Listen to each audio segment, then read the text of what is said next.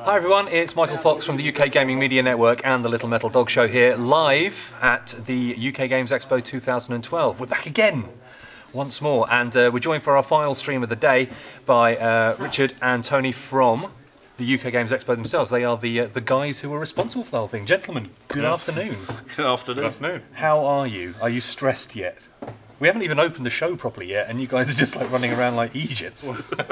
Most of the running around we do is before the show, actually, isn't it? This is true. How long does it sort of take to get the show organised for the year? I mean, basically, did you start the moment that the 2011 show finished? No, we normally have about 2 months where it just goes quiet. Yeah. And then, usually in terms of technical side, we start recoding the back end of the website, etc. The bit nobody sees, the administration. Running up to Essen in November, and really from November onwards, that's when the sort of the planning really starts, isn't it? Yes, yeah, really. We start with Essen as the sort of trigger point, really. We tend to go over there, talk to all the board game companies, and start slotting into place from there onwards. I mean, do you basically? I mean, do you go for like the choices? I mean, do you pick and choose the people that you'd love to see come to the expo?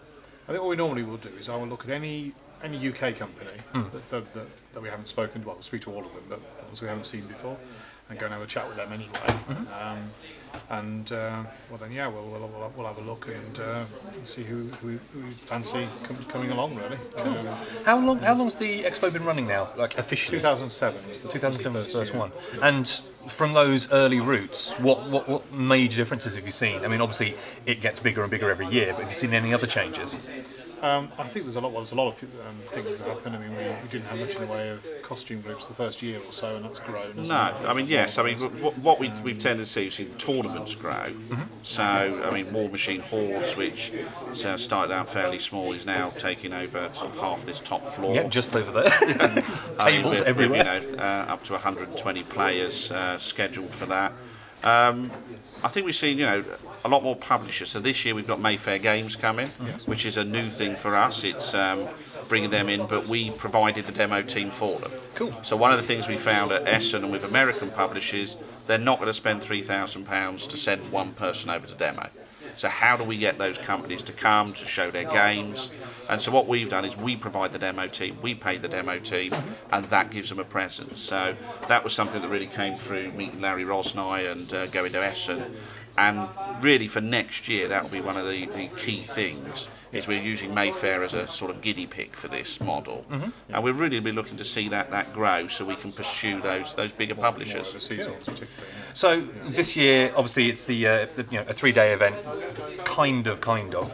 There's gaming going on as we speak over in the Strathallan Hotel, and the actual expo floor is open on the Saturday and the Sunday. What kind of things can people expect this year then? Well, a lot of demonstration games, lots of new games. In fact, demonstration area seems to have expanded this year, hasn't it? It is, yes, it's massive now, yeah. Which is good, because that's what we want people to do. Really, is sit down and be trying out the new games. So that's. I mean, yeah, that's one of our key things, isn't it? Is that we've seen a lot of shows where you go and you see 4 or 5 people playing a game, but we're about you come and play. So don't just come and shop. That's an opportunity there. With many traders, 90 plus traders, but really we want people to come and play games and try something you haven't tried before.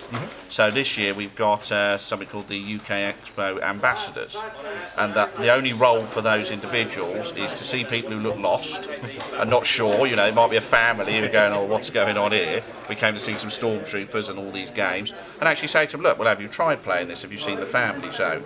And also you get those sort of lost role players, don't you, who sort of, socially dysfunctional, wandering around.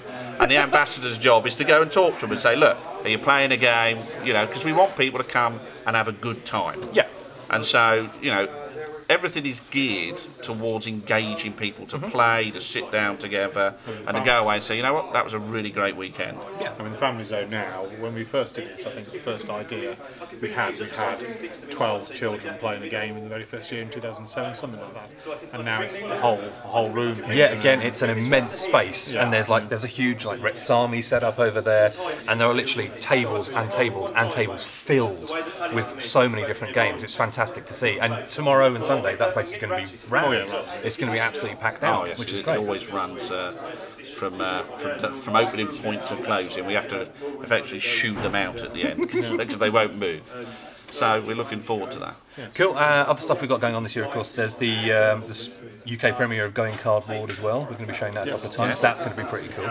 Tomorrow and on Sunday. Yeah, that's going to be quite exciting. We're doing with live interviews with live interview with Laurie Green, the director. So that'll be quite entertaining. Are there any games out this year that you are keeping an eye on? Obviously, apart from your own stuff, you're not allowed to say anything from UK Games, Richard. Not allowed. Well, Triple Ace are releasing Leagues of Adventure, the role-playing game which we released a scenario with them, and we released a scenario and sort of small gaming system with them last year. They're releasing the full RPG tomorrow, 6 weeks before it hits the shops, so you can only buy it at the UK Games Expo at the moment. So from the role-playing side, we're looking to that. It'd be interesting to see what Angus at Chronicle City is going to bring, because That's the ex of Cubicle 7. that's right, he's got a whole bunch of stuff, and we're not sure how he's selling it or what it's actually going to be, but it's going to be interesting on the role-playing side to see these sorts of products come in. Definitely. And board games, there's quite a lot of those this year. We've got Paris and Nassau, I think, is a fun game. Yep. I played it. You know, they were at Essen, but they only had about 20 copies. So really, this is the first release, and Nice. this is all That'd be a good. fun game. There's a few. Coil Spring, who again have been every year and have had a fairly small presence, have suddenly gone massive Yes, this yes, year, and they've got a large. They've got chunk lots of space. demo space and lots Eight new of games and trade some space. I think they've also got the only copy of Estelbrücke, which is one of the Spiel des Jahres nominations this year. And there's a couple of lookout games, of course, Agricola. Oh, yeah, of course. Are here this year, and they've got a two-player, the All Creatures. A great small one. Yeah, I'm really looking to give that one a shot. And Estevium said that they may be bringing the D&D next. So this was very late, so lots of breaking news, last 24 hours. They said we have some of the D&D next stuff to come along and to demo on their stand. So Nice. Having we don't know tried whether that that's actually pretty cool. we don't know whether it actually is going to exist there, but they've said they'll be bringing that tomorrow. So Nice. I mean, lots of new stuff, lots of old stuff, lots of participation games where the guys have built great sets and that. If you have a look in this zone next to the family, so you know. You should come, if you come to the Games Expo, there's no way you're going to have a go at everything. Yeah. Yeah, and that's what we want. We want you to go away going, you know what, we need to go again next year. And the thing is, next year it's increasing as well. This is going to be the last time we're here at the Clarendon Suites. Yeah, sadly in some ways, because we do love this place. It's a very easy place to run a show at. I mean, the staff are great, the venue's really good. But we just outgrown it, really. We trade space, tournament space. So what are the plans for the future then? Is it just basically everything but squared? You know, more, bigger, faster, better, stronger? No, you can't do that, and it is a difficult thing to just go, we'll just get a bigger building and a bigger thing, and we'll do that. We know that we have customers and traders who are massively price sensitive. So one of the things that's already come is if we go into the Hilton Metropole, which is where we'll be going, near the NEC next year, is people are already assuming it's going to cost you more to get in, to play a game, to have a trade stand. And we can actually say now, absolutely without equivocation, that's not going to be the case.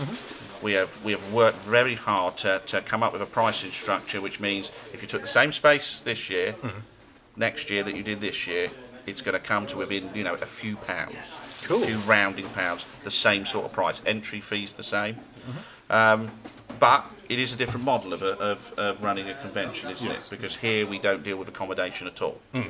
That's something you deal with. We just deal with the convention hall. So for next year then, is there going to be basically the opportunity for people to kind of bundle everything together? Well, what happens is, because it's based in a hotel,